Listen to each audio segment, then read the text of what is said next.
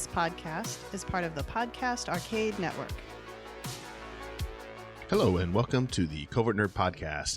Thank you for listening. It means a lot to me that you take the time out of your day to hear what I have to say. Before we go any further, please, if you know somebody that might be interested in this topic, help me out by sharing it with them and let them know that you thought this would be interesting, and maybe they'll enjoy this episode as well. You can go to covertnerd.net to find all the different ways to get in touch with me via social media, past episodes. And again, thank you for listening. I really appreciate it. Today we talk with another Heroquest fan, Kurgan, about Heroquest, the long journey he's had with Heroquest since he was a kid and now as an adult. So without further ado, let's dive right in and nerd it up with Kurgan.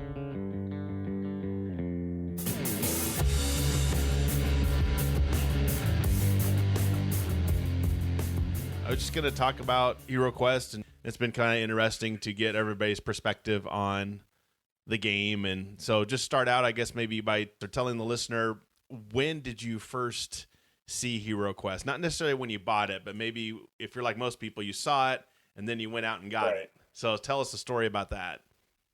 Right. Well, it may come as a bit of a shock, but I never actually had Heroquest back in the day. Okay. It was my younger brother who got it for Christmas.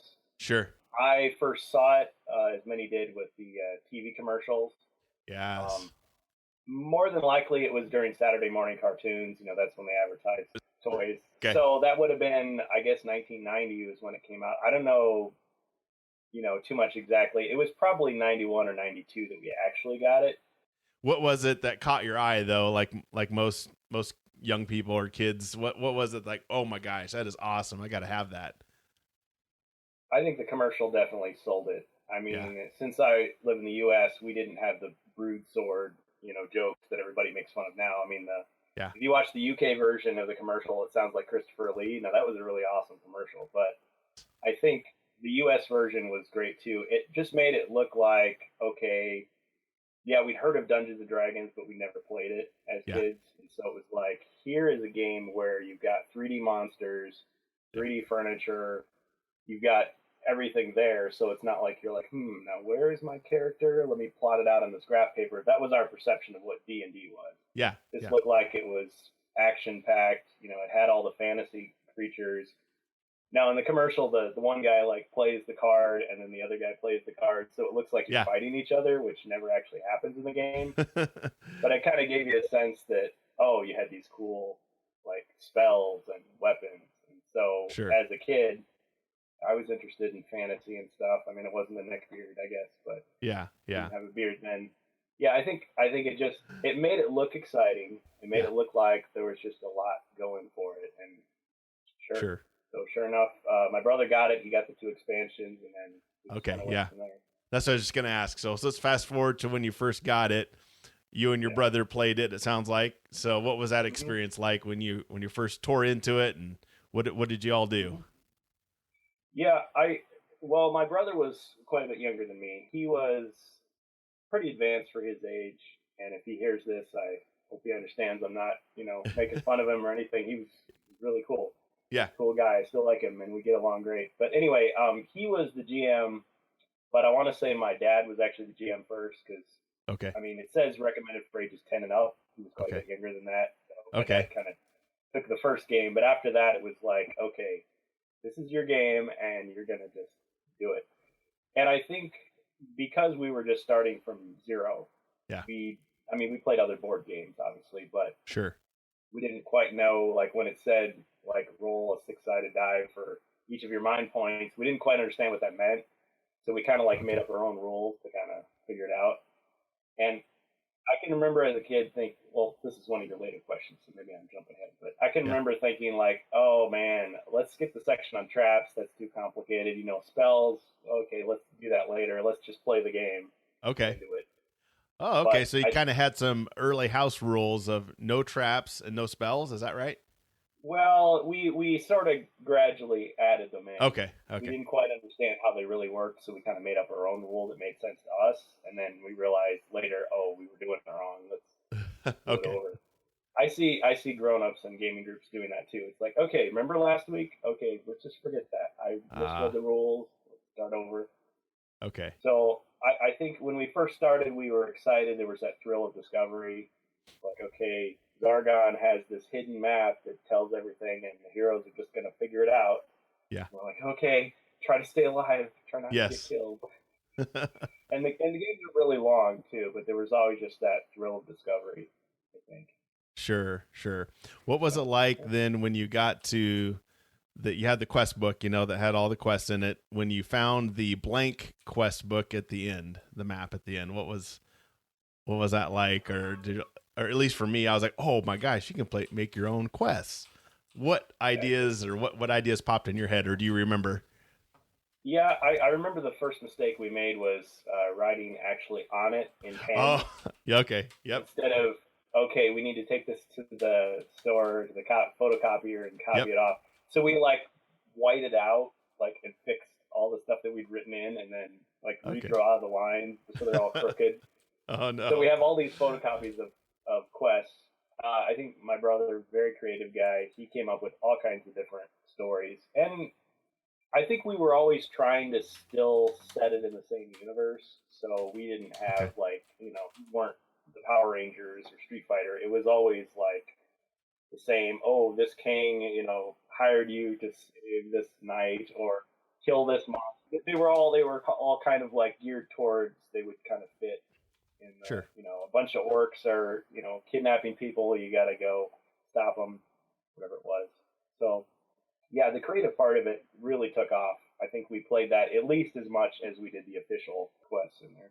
I agree, and I think that's what was part of the charm of the game was that adaptability and creativity you could apply, and the simplicity, like you talked about. It sounds like you were pretty young. You and your brother were pretty young, so it wasn't hard. It wasn't hard to pick up, was it?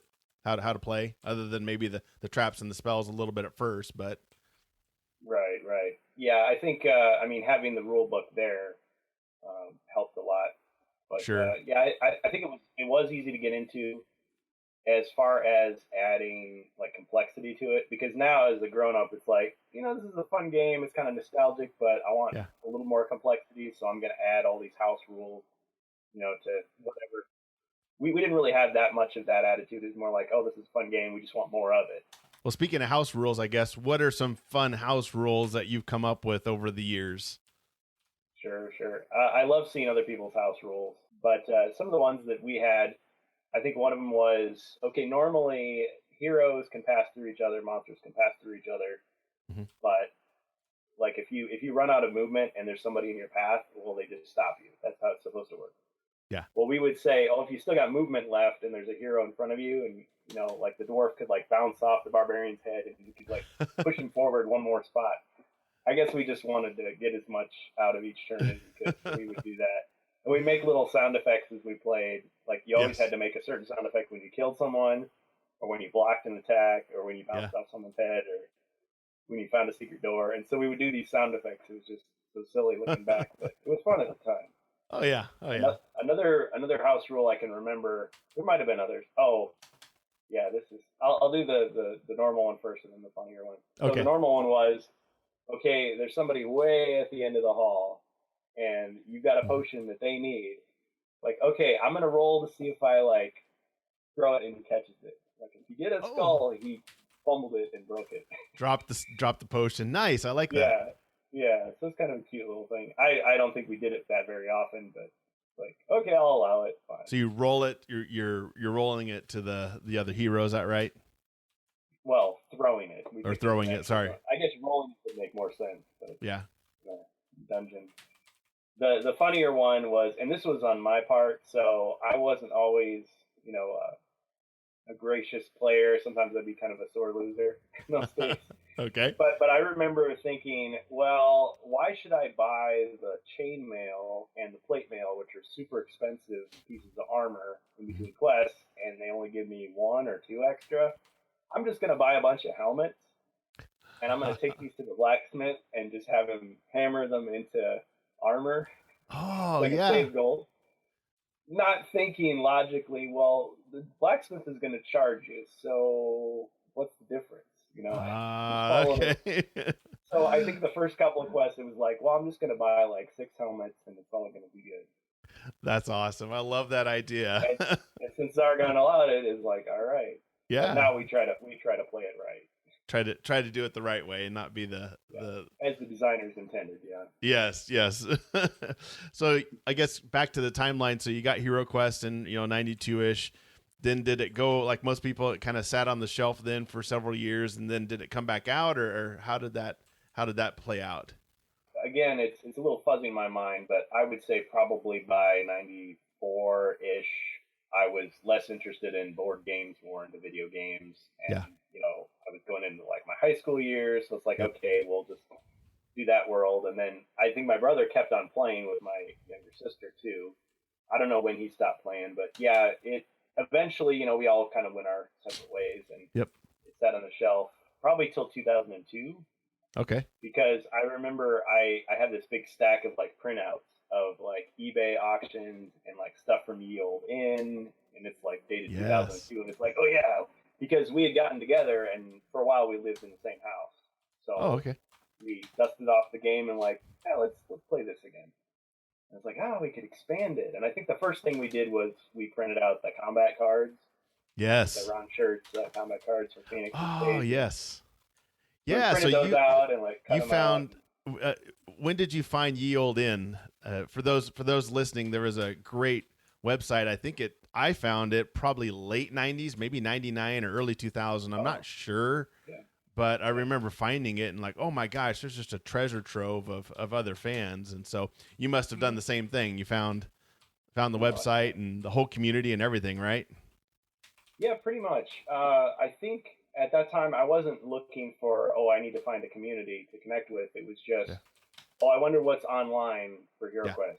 Yeah. Now that we've dusted off the game, and that was one of the major results was Ye Olde Inn. And I think I didn't really pay much attention to the forums at first. It was all just the website. So anything that was on the website, I was just like reading that, like, oh, interesting. So there were all these other expansions that came out in other countries, and people have made homebrew stuff. Well, that's interesting, and it was just like that. But it was like, okay, well, what's something I can print off real quick to do something? Yeah. So I would say 2002 was about when I discovered it, but I didn't really spend a lot of time there. So maybe like a year after that, we just kind of didn't do it. Yeah. Went our separate ways again. And it wasn't until maybe 2017 or 2018 that I'd become involved with this board gaming group in my brother's neighborhood. And it was like, okay, so board games are popular again. Everybody's doing them. And at some point, like, we played so many different games. Yeah. But somebody mentioned, Heroquest. Yeah, I used to play that. Like, yeah, we did too. It was just like a conversation starter. Yeah. And then he basically let slip this other person, oh yeah, I've still got my set, and I just live down the street. Like, why don't you bring it over? Let's play it. And so I kind of started it again, and then I after that it was like, okay, I want to make some stuff. So I got into the forums. I was reading all this stuff from people, and I was kind of like, I like this idea, I like that idea, and then it's like, okay, well, I want to make some stuff. Here's what I'm going to do. Start making stuff. So I think, just kind of snowballed from there. That's awesome. So what are some of the things that you made? Yeah, well, one of the things was, and I don't want to embarrass anybody, so I'm just going to say there was a motivation to create like a version of the game that didn't have magic in it. Oh, I don't have any problem with magic, but some people they don't want that because of their beliefs. So like, okay, I don't want to do this. So it's like, what would be a creative way to get around that and still enjoy the game? So I think initially we just took all the magic out. And it's like, feels like something's missing. Yeah.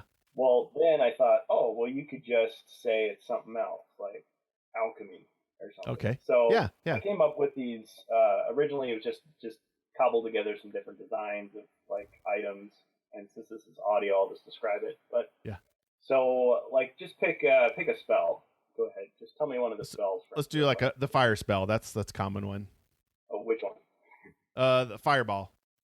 Okay, so the ball of flame. Yeah, ball of flame. Okay, so here's your powerful fire spell to kill a monster with 2 body points. It's like, Greek fire. refire something from history. Oh, yes. It's a chemical, and so you got this little like super soaker that you pump up and shoot the monster with it. Oh, I love it. What an idea. So, yeah, and it was a fun creative challenge because I thought, well, you can pretty much think of just about whatever you want and still have it work without it being like necessarily supernatural or occult, whatever. Oh, okay. I like that idea. What a great idea. A way to kind of historical / make it, I guess, less magical, more theoretical, realistic. That's a good idea. Because as we know, alchemy doesn't actually work. I mean, no. but it's like, well, but what if it did? What if it did? Yeah. No, I like that idea. What about some other projects that you did that stick out in your mind? Yeah, well, that was the main one. I think the other issue was I just wanted, at that point, I wanted to see, okay, what were all the official products they'd released for Heroquest? But in this video, I mean, well, it's audio, but I have like a nerd shelf behind me and stuff. But I didn't have unlimited money to spend, so I thought, well, what could I do to like recreate those expansions that I never had back in the day without forking over for the real thing, which is cool to have. So I used Reaper Bones miniatures. Oh yeah, for the plastic miniatures. They're kind of rubbery, but I found a lot of character sculptures that were similar to the original ones. In some cases, I thought they looked better. I thought, okay, well, I can get an ogre here. I can get some mercenaries here. I can get some evil wizards here and kind of paint them so they kind of look similar, and we can just print out some tiles and just play the expansion. So it was like, okay, I'm not doing anything original there. I'm just kind of recreating something so we can have that experience, and then we have enough pieces so that we can do whatever we want. Yep. But as far as stuff I actually made, mostly I just riff on other people's ideas. Sure. So some people have come up with expanding the armory of things you can buy in between quests. So saying, well, there's a horn that you can blow. Well, what good does that do? It scares the enemy and hurts their mind points? I don't know. I thought, well, one problem we run into in games is there's never enough movement. Like, people are slow, they got their plate mail, they're slow, they're trying to catch up, trying to get through the dungeon. Yep. Time is limited. So, okay, what if you blow the horn and it rallies everybody and they get a movement bonus? So I did that. So you got the rallying horn. And if you do it too often, just kind of like the hyperspace and asteroid, it'll summon a bad guy. Like if you do it too much. Oh, good idea. Yeah. A wandering monster pops up. And another thing was, a torch. Well, people came up with different ideas with torches. Okay, well, a torch lets you see the dungeon. Well, you can already see it. Oh, it sets an enemy on fire. It hurts a mummy more. Well, that's kind of an interesting idea. I thought, well, what if the torch just protects you from hazards when you search for treasure?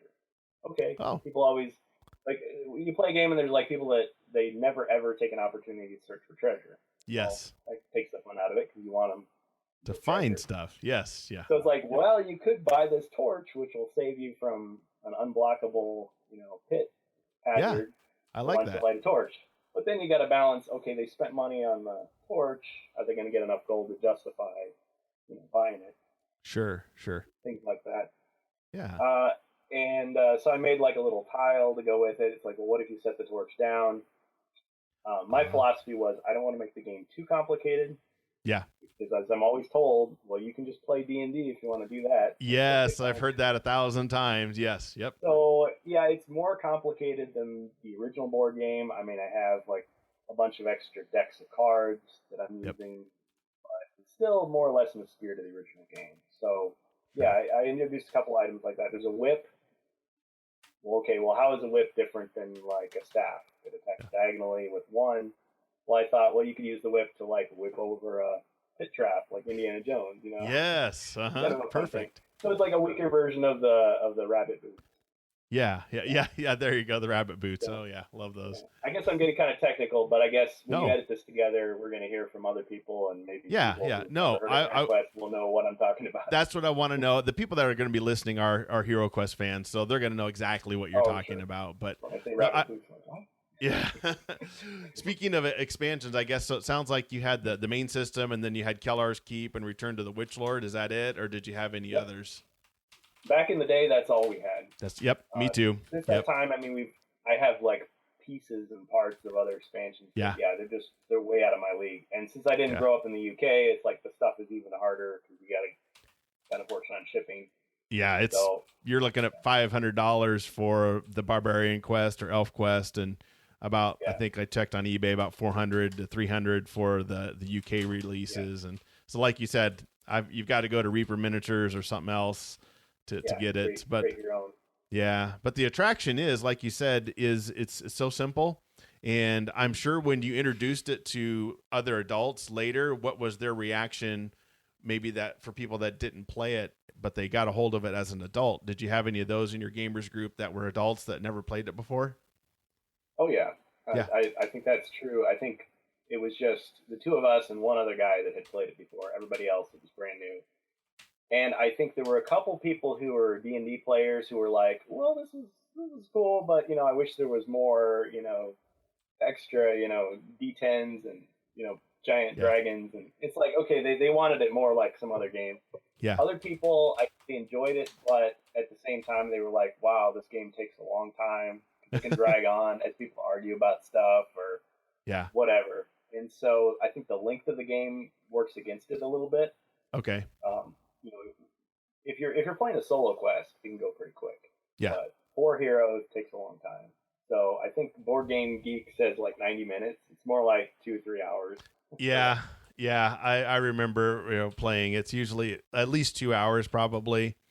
And usually when we play, me being the DM would set it up ahead of time and everything ready so that as soon as the people get ready to play, it's a little quicker. And there's other house rules you can do to speed it up. Like if there's no monsters in the room, or you can just move to the door.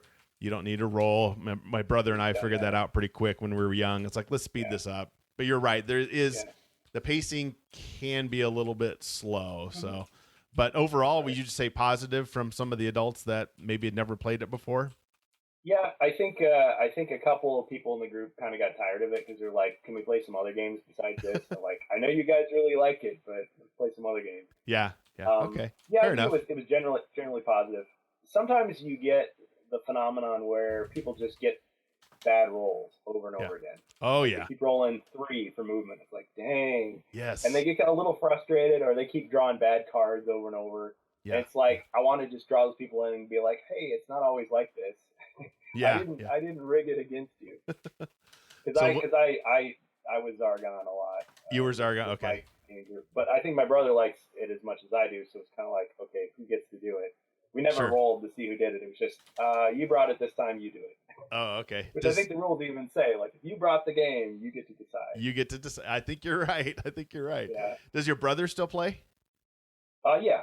Okay. I think he mostly just plays when I play. Yeah. And okay. So we always play each other, and if we can drag a few other people into it, that's fine. It's a nostalgia thing. So I'm sure, if you're like me, you've got some rose-colored glasses on because it takes you back, like you said, to 1992 again, and playing in your parents' basement or wherever you played at and stuff like that. So kitchen table, but yeah, exactly. Well, and I was thinking, there is a big nostalgia color to the whole thing. If we'd grown up with Dragon Strike or D&D or whatever it was, Dungeon, whatever that's called, we probably would be nostalgic about that game, and we'd be talking about that game fondly, and we'd be trying to get people to play that game.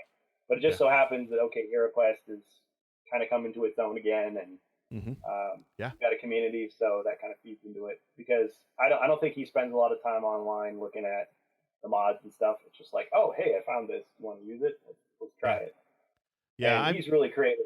He'll just grab like whatever I thought of and just be like, oh, and then here's this other thing you could do with it. Oh, wow, cool. He takes it and makes it even better. Yeah. But the HeroQuest online community is fantastic, in my opinion. Some of the people have some really cool ideas and some things that you can add to it and just make it, again, the game can be kind of slow, but the good thing is you can create, it's an easy world to create in. You can easily create, like you said, a whip or a torch or a different trap and things like that and make it more diverse, I guess, for lack of a better word. And I think that's why it's a fun sandbox to play in, because you do have a lot of flexibility and the rules are minimal. You know, we talked about the rule book. It's not 100-page rule book like D&D. It's a very simple, 16 pages, 18 pages, whatever it is. It's not complicated, but you still have a lot of flexibility within in that world, which makes it kind of nice. So for sure. Yeah. And I feel as if the original game, as we had it, was designed in such a way that every quest had a new gimmick.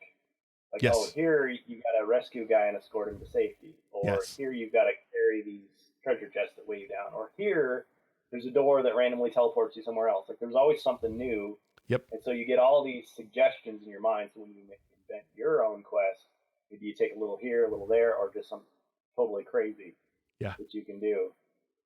You know, and I'm thinking about those expansion packs, like the Elf Quest pack, the Barbarian Quest pack. I would have loved to have had those as a kid, because it was like, okay, here's a whole bunch more ideas to spark your imagination. Yes. Create new stuff. But now looking at the quests, we would have been so frustrated by the difficulty level of those new expansions. Because I thought Keller's Keep was pretty tough. It was. The Witch Lord was pretty difficult. Yeah. There were definitely, for more advanced players, and you had to be pretty dedicated. But those new expansions would have just killed us. Yes. And maybe even killed our enthusiasm for the game. So I agree. while it would have been nice to get them for like $12 through the mail back then, I don't know. Nowadays, we'd use our imagination to like smooth that out. And I like how people have done that on the forums. Yeah. In the community, they'll say, listen, this quest is broken. But if you put a secret door here, and if you put a couple mercenaries here, it's doable, you know? Yeah.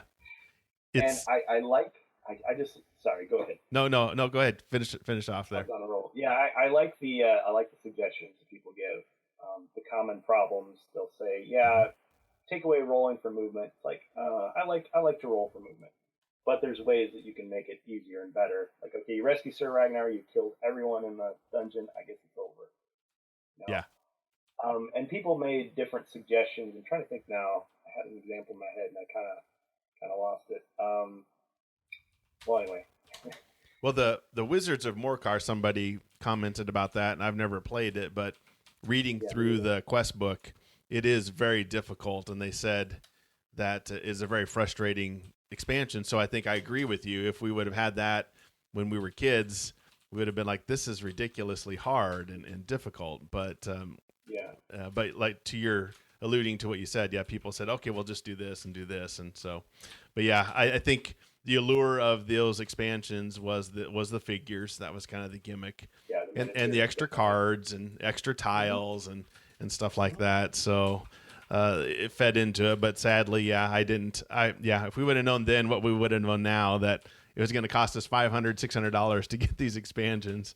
But hopefully, speaking of opportunities, did you get the Kickstarter? Did you back the Kickstarter for the new system? Yes, I did. Me too. Okay. Well, and I don't know if this would figure into your podcast at all, but on Ye Olde Inn, we started a thread where we're basically soliciting people who did order it to participate in like kind of an unboxing or evaluation period. Because here's the thing, and it says in the fine print, you'll know this if you pledge, is that when it arrives, you have 90 days to return it for a full refund, but only if it's unopened. So some people were like, pledge. I love Heroquest, pledge. And then later they're like, but what if it sucks? What if they changed it? What if they broke it? What if they put in stuff that I just am going to hate? Yeah. So I thought, well, we could have a couple of people who would sacrifice their refund essentially to just open it up on camera. Sure. You know, unboxings are, were a big thing like 5 or 10 years ago. But to say, okay, look, this is how big the miniatures are. This is how big the cards are. This is what's changed in the rules. Like information that the hardcore nerds want to know. Sure.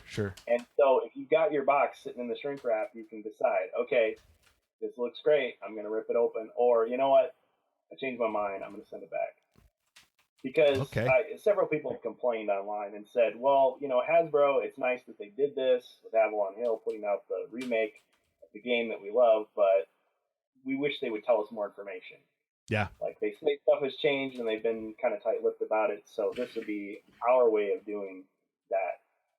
And maybe they will realize that fans do want more information, even though we kind of bought it sight unseen. Suckers. Yeah. It's like even if they do official unboxings, I think there's still the suspicion of people who review stuff who are paid or get free copies. Oh, say, well, they're gonna smooth things over. It's like I want the raw nerd reaction. Yes. Hardcore fan to say, listen, they changed this, and I really hate it, but just telling you. So yeah. This is what you're getting into. I like that idea. I like that. I think if we can promote that, and I mean, I'm not out for self-promotion. I don't have. I mean, Phoenix and the Jang, or however you say his name, all those other guys are like way more popular. So I don't care. Fred Jackson is a big one too. Yeah. I don't care if it's me or whoever it is. Usually I'm the last person to get online with any of those kind of things. So I'd probably be like the 20th person to do an unboxing. They're like, oh, we've had 50 of them. yeah, we already know everything. Oh, okay, yeah. Well, great. I'm real positive about it. I'm upbeat. But again, I have the rose-colored glasses on, so as soon as I saw that they were doing it, I'm like, sign me up. I'm buying this, and will I be let down? I don't know, maybe not, but this is the first new Heroquest we've gotten in 30 years, or 25 years ish. So I think 94 was Legacy of Sorasil, which I never heard of. So that was like the last thing. That was a computer game. Yeah, exactly. So as far as board game pieces or expansions, this will be the first time. So I'm just glad they're doing it, and I'm hoping that maybe I doubt it'll happen, but I'm hoping and praying that maybe they will release a version 2 of Barbarian, Elf, and Morcar and all those expansions again. Yeah, so I don't have to pay $500 for an original, even though I would never do that. But yeah, I have a few things to say about that. I don't know, in the interest of time, if you want me to. Go ahead. No, I want the dirty, deep, dirty, good, bad, or ugly. Yeah, I was very reluctant when the Kickstarter began. In fact, when I first saw it, like a lot of other people, I thought this is going to be like a mobile game or something. This is not going to be a board game. I heard that. Yeah, it looked, everything was computer generated at first, and so it looked like, okay, this is going to be something you play on your phone, not an actual game. And I was reluctant for a lot of reasons. One was, okay, as an old school person who grew up in the 80s, I've seen a lot of franchises get rebooted. Yeah. And they always leave something to be desired, and they kind of fizzle out, and they actually turn people off of the franchises. So whether it's, Star Wars or Doctor Who or whatever, it's like there's some enthusiasm, but then it kind of gives way to, I don't know if the people in charge really know what they're doing. Yeah. I don't know if they really connect with the fans. Transformers. That's a big one. That's a huge one, actually. And I saw all those in the theater, so that's how bad I am. Oh, except for the last night. Okay. Which I didn't miss anything. But so there was some of that fear. It's like, okay, what are they going to do to ruin this thing that I like? I understand. Very kind of tepid. A couple of the other things was a lot of people in the forums are from the UK, and they're really like hardcore, like, this is our game. This started out in Europe. Yep. It should bow down. It's like, I don't feel that way. I feel as if you can have these different canons, if you want to call them. I mean, it's a board game. Yeah. There's like different canons that conflict with each other.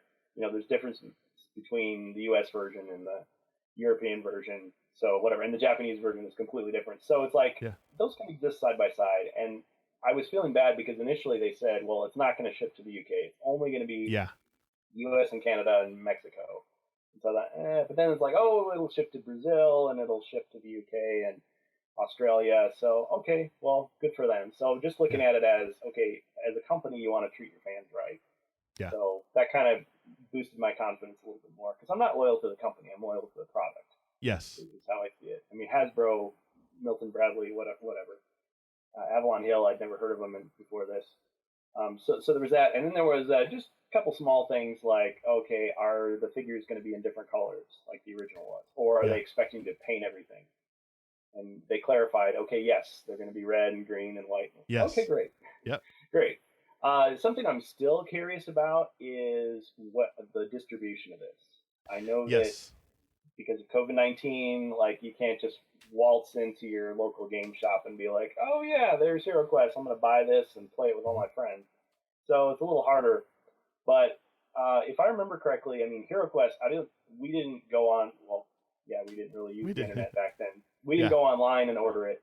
No, we didn't go to like Mayhem Comics and buy it. It was like you go to Walmart or you go to Toys R Us, Kmart, whatever. Yeah, KB Toys, whatever it is. You go in and just Monopoly, Clue. Oh, Heroquest. Oh, there it is. Yep, exactly. Like if they're smart, I feel like that's what they would do. If they keep this as a niche product that's only for hardcore geeks and collectors, maybe it's not going to be the best thing. Like they'll reach a lot more people, if they open it up. And it's not just a specialty item. Like if you only order this through Hasbro, like I feel like this is going to be, like a Stranger Things kind of thing. People are just going to buy up the stock and they're going to sell it on eBay. They're going to scalp it and no one's going to hear about it except, oh yeah, Heroquest. Yeah, I own 3 copies still in the shrink wrap. It's like, it should be a board game for everyone. Yes. Like, it starts out as a game that's purporting to be, okay, we're taking D&D out of the realm of, hardcore nerds and just giving it to the masses. Yes. So, yes, now they're playing on the nostalgia of people who owned it back then, but I feel like they should open up more. And I'm not quite sure if they're going to do that yet, so I'm a little bit unsure. Yes, it would be awesome if they released more expansions, but I think we're kind of getting ahead of it because we don't know what changes they're going to make. Yeah. We don't know the quality of the new quests that they're introducing. We already know about some of the stuff that they've made. They've shared like the new heroes that they've created for the, presumably for the expansions. We know Stephen Baker, who worked on the original game, wrote at least 2 quests. We don't know if he wrote 10 or 5 or whatever. But for all we know, he's lost his touch. Maybe they're terrible. I don't know. We don't know. I mean, I love George Lucas, but everything he did wasn't great with Star Wars. So just because you were part of the original doesn't mean you still got it. I mean, I hope you still got it. Yeah. We'll find out. So depending on how well they do on this, that would affect my decision to want to promote and invest in new remakes and expansions. But they definitely need to iron out some of the bugs in the existing properties. I mean, I agree. I think the reason maybe they did this is to kind of gauge the interest, which in my opinion, I think the interest was very strong because they don't want to put a product out there that has little interest. So I think they're probably using this as to test the waters to see. And I agree about the quest. I don't know if the quest book, I was under the impression that the quest book's going to be exactly like the original, but I'm not 100% sure. I could be wrong on that. So, but people listening to this already know the answer. Yeah, that's true. Oh, sorry. Did you want to say? No, that's fine. They did listen to the fans at first. All the figures were going to be gray, and then they did the red, the green, the white, and the gray. So, I think they're I think they're kind of listening, but they are a big company, and they're Hasbro. It seemed to me that they just dropped this out of the blue. There was a little bit, on Twitter, there's a little bit of announcement, and then all of a sudden the Kickstarter happened. I just happened to be on, but, a lot of people missed it. So I'm hoping they do put it in our local Walmarts and Targets and game stores and allow people to buy the base set. I think it would do well, and I think it would reintroduce a whole new generation of fans that would get started with this and go to other things. And were you the same way? Was Heroquest kind of your start into fantasy? Did it lead to D&D or Magic the Gathering or anything else, or what did it lead to? Well, that's the funny thing. If that was the point, then they utterly failed on me because I did not. I've only played Dungeons and Dragons like 3 times in my life. Yeah, and I've only played 2 once. Of those times it was the Star Wars spin-off version. I think another one was like a superhero, the comic book version. So I didn't get into that because I know Hasbro now owns all that stuff. I didn't get into Magic the Gathering. I had friends that did. I didn't, I was not the stereotypical like neckbeard guy. And no offense to those people. If you can wear it proud. But it's like the idea that, this was just a stepping stone to Warhammer Fantasy. No, it wasn't that way for me at all. It was like, I enjoy this game. It's a lot of fun. And you know what? I don't need anything. So it kind of, I guess it defeats itself profit-wise because I just bought it once and that was good enough. Yeah. And I mean, it's delayed reaction. Now they're going to sell it to me again. Essentially the same game. So whatever. But for some people, I think it will. It'll be like, wow, this is a lot of fun. I guess I do like fantasy RPGs. I'm going to go buy Warhammer Quest, or I'm going to go buy Gloomhaven. I'm going to go buy the latest D&D, whatever. Yeah. So they have that potential to grab those people for sure. You know, sure. As like training wheels or something else. But I think it's something great for its own sake. Oh yeah, it is. What do you think about? So if let's just fantasy pick here about, say Hasbro does put it out into retail stores everywhere. What would you like to see for the expansions, or what type of expansions, or would you like to see them to release the original expansions again, or would you like to see something totally different? Let's just have fun and pick some things. What would you like to see? Yeah, for sure. I guess if I had to do it, I would say, from what I've understood, I saw that very scripted Q&A that they had where the guys were like, they looked like they were reading teleprompters. Oh, yeah. And their questions were all very careful. But it sounded like they were just going to be releasing the North American version straight up. I mean, yes, the art is all redesigned. There was a couple rule clarifications.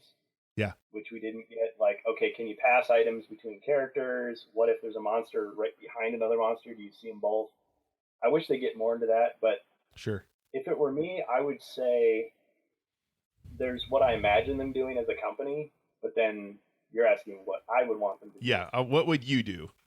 Yeah, I would say all of the stuff that was officially produced from back in the day should be re-released. Yes. Like all that lore that they've already created. And the reason for that is because it came out of that same milieu, those same designers and early fans, you know, so you get White Dwarf magazine, you get Dave Morris with the novels, you get Marvel Comics Winter Special, you know, all that stuff. Yeah. So it's like, okay, and in the Elf Quest and the Barbarian Quest, and against the Ogre Horde, where's the Morcar, the Dark Company, all that stuff, because what you're trying to do, presumably, is appeal to the nostalgia of the old fans. Okay? Yep. And you're trying to show new potential fans what was it that captured everybody's imagination from back then. So you bring it all back. Yes, I agree. And the trouble is going to be they're going to have to go in and decide what they're going to do with each of those. So Against the Ogre Horde was released in the EU, so it had the EU rule set. Yeah. So you're going to have to do like what Phoenix did and modify it so that it comports with the new rules and not make it so hard, because now all the monsters have multiple body points. Yeah. And not make it so, whatever, not make it too easy, too hard, just balance it. And then with the Elf Quest pack and the Barbarian Quest pack, you're going to have to figure out a way to like still capture the fun and discovery of it, but not make it so crushingly difficult that it just destroys people's love of the game. So there's going to be some work they'd have to do. Yeah. I feel like when they're creating brand new stuff, like they're doing with this remake with the 2 new quest books and the 3 new heroes, it's like, okay, they had to make stuff up. Yeah. Which is easier or harder, to revise the old stuff or to make something up brand new? I suspect, though, it has more to do with probably licensing or who owns the rights to whatever. Because as several people pointed out, Heroquest kind of derives its inspiration from early Warhammer Fantasy from that period. Yep. And I never got into that, so I don't really care about that.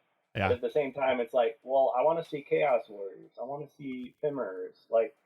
So I had this crazy idea, and it's like, I'm not a lawyer, so someone could just laugh this off if they know what really happens. It's like, okay, well, Hasbro, you need to enter negotiations with Games Workshop and be like, yep, let's release a supplement later that has the official like Chaos Warriors and the official Fimmers, that you can throw into your pack. So that way everybody wins. Nobody loses out. Like they've already bought the set that they can have. Because what people like me are going to do is we're going to go online, or we're going to get our Sculpey out, and we're going to try to make stuff so that it looks more like the old Heroquest that we love. We're going to rewrite the rules. We're going to draw a line through that. I mean, the European guys are going to cross out Zargon, and they're going to write Morcar. Morcar, yeah. So since people are going to do that anyway, why not profit from that and make a deal, whatever you got to do, bring that stuff out. Because, yes, you can still play the old games, but right now it's just the hardcore collectors that are going to do that. Most people have gotten rid of their sets, or they never had it, and so whatever they're getting is what's in the box. So I agree. Whatever they can do to make that fun and interesting, they should do. So yeah, I bring them all those back. I'd be okay with them making new stuff too. Yeah, but I think it has to fit in with the spirit of what came before. I 100% agree. I think you start with what you already have, because you already have a base customer there anyway that'll probably buy. If we all like it, we'll go and buy the Elf Quest, Barbarian Quest, the new one. Why not? And get those. I agree. They should have made some deal with Citadel or whoever has a license to all of that, and have released it 100%. But fine. I had some ideas of maybe after all the base expansions are done, maybe you release just a furniture pack that just has different furniture that fits in the Heroquest world, or a card pack that just has spells and equipment and treasure, just a card pack. And then why not release just a monster pack that just has monsters in it, just a variety of different monsters. And then maybe a heroes pack that has new heroes in it. You could do all sorts of things. Maybe a tile pack that just has different types of tiles and traps and stuff like that. So they could go all over the place with it. For sure. 100%. I agree with all those things. Absolutely. Yeah. And then come out with some software that lets you build your own. We have Hero Scribe now, but why doesn't Hasbro just release their official version? And people can design their own quests and things like that. So, but that is a great point. I think if there's one thing I really feel like U.S. Fans missed out on was the Adventure Design Kit, because it was like, they give you a sticker sheet and they give you a blank, and it's like, okay, how is that different than what you had in the game system? But it was like they were fully promoting, like, we want to make this as easy as possible for you to make your own quests, and they gave you a little guidebook that told you, okay, here's some pointers. Don't put a lot of dead ends. Make sure there's a way that the heroes can get out, and just don't put too many monsters in. Like all these tips, and they gave you a new character sheet that was easier to organize. Yeah. So I really wish we'd gotten something like that. So something like that could really make a difference. Yeah, maybe it would be like an app on your phone, or maybe it would be whatever. A dry erase thing that you magnets you could stick with things to. Or even just a website. Even just a website that lets you build it yourself, and you can print it out, or an app, whatever. I mean, Hasbro is gigantic. They surely have got some developers that could do that and really tap into the creativity side of it. And obviously having that creativity there builds on your expansions and other things that you're doing, and you get a little more life out of it. That was the whole design of the blank map at the end, was to get more life out of the game. And we did. We all took advantage of that, I think. I mean, my brother and I, we came up with all sorts of quests when we were young. So I think, but we're just the fans here. Hasbro has all sorts of plans, but just to like what you said, it's like, this is going to generate revenue. Like you said, like, why not appeal that should have some appeal to Hasbro, you would think. Yeah. I'm trying to think like a Souls Corporation here, but it's like, okay, the more creativity I put in the hands of the fans, the less they're going to just take whatever I give them. Like, I want to be able to just create a product, and then they buy it, and then, you want more spells, huh? Well, here, got to buy the spell expand. Oh, you want more monsters. Even though I like those ideas, it's like I can see them going, well, we want them to keep buying and keep buying and keep buying. Yeah. There's a way to get around that. And I think that goes to what you were saying with the creativity aspect of it, because the creativity cannot be cut off. Like that's going to happen no matter what. If they put no blank quest at the end, people are still going to mess with it. Oh yeah. I think the fact that they put out that playtest stuff, they're like, playtest our heroes, playtest this particular quest. Well, how can people do that unless they're already in that mindset of creating new stuff? Like, they're telling us to do it. Yeah. So I want them to make good on that. I think if they had, like back in the day, you'd have those fan zines, or however you say it, like Adventures Unlimited, you had White Dwarf. People would send in quests, and they go, oh yeah, here's the quest of the month that so-and-so sent in, and they print it in a nice looking format. Yep. If they promote that, like, they could have rankings, they could have featured quests, they could have fan votes, like, you could have a whole creator, contest. You have a whole creator aspect to it that they would promote, which, okay, maybe there's a subscription fee for accessing that, information. And there's still a way that they could not just promote customer loyalty, but also generate money. And so, yeah, they could justify it by not just saying, well, if we make it too open, we'll just, write ourselves out of business because people won't buy the new stuff. It's like, no, they'll buy your miniatures, they'll wad up the quest they don't like and throw it away, and then they'll write a new one that they like. Yeah, exactly. But they should still make those quests good, I think. Well, of course, yeah, they need to make the quests good, but yeah, I think you've got a big enough fan base. Heck, I really like that idea of contests and the quest of the month and be the developer of the month, and just to see your name on the website or whatever. People would just eat that up. And there's Steal our ideas, Hasbro. Steal our ideas. Come on. The whole community, I think, is not afraid. They're like, yes, please come get some ideas, and hopefully somebody from Hasbro is kind of checking in on some of those forums, and there's such a treasure trove there of ideas and concepts and fun things that they could easily pick up on. And I'm kind of like you, maybe a little bit. I'm a little bit skeptical on some of it, but the fact that they even did it in the first place is just phenomenal. You can read the old Dwayne Agan in forums where people were doing petitions trying to get Hasbro to release these 20 years ago, and then they finally did it. And so I'm just excited that they're doing it. But yeah, I am a little, one side of me is like, I don't know if they're fall through or not, or will they give us what we're looking for? That's always the challenge. And I think I didn't quite answer my own question from earlier, is to say, well, what led me to support it? I guess there were little hints that they did care about fan feedback like that. I think there was, when they released the Druid design, everyone made fun of it. And so they said, okay, we'll tweak it some more. Like, okay, they're listening a little bit. Yeah. That's a good sign. I think the willingness to listen, and I did feel at the bottom of it, I do want to support this because it looks like they care, and it looks like they're not changing a lot of stuff. Nope. So just like a lot of nostalgic franchises have come back and been ruined or diluted or distorted, they seem to be on the right track, so I want to support that effort. But of course, they've already got my money. I've already invested my $150 plus shipping. So, if it turns out to be bad, and if their next ideas are bad, I guess I'm going to have to cut it off. But I think the fans, they vote with their wallets. Yeah. You go break out your old base system and just play that. Yeah. As a fan, I've still got the old set, and if you really want to, you can get the old set. It's going to cost you a bundle. Yeah. But not that much more. I think you can get a game system for like $170, and it's going to be dusty, and a couple of the swords are going to be bent, but it's pretty much the same thing. It is.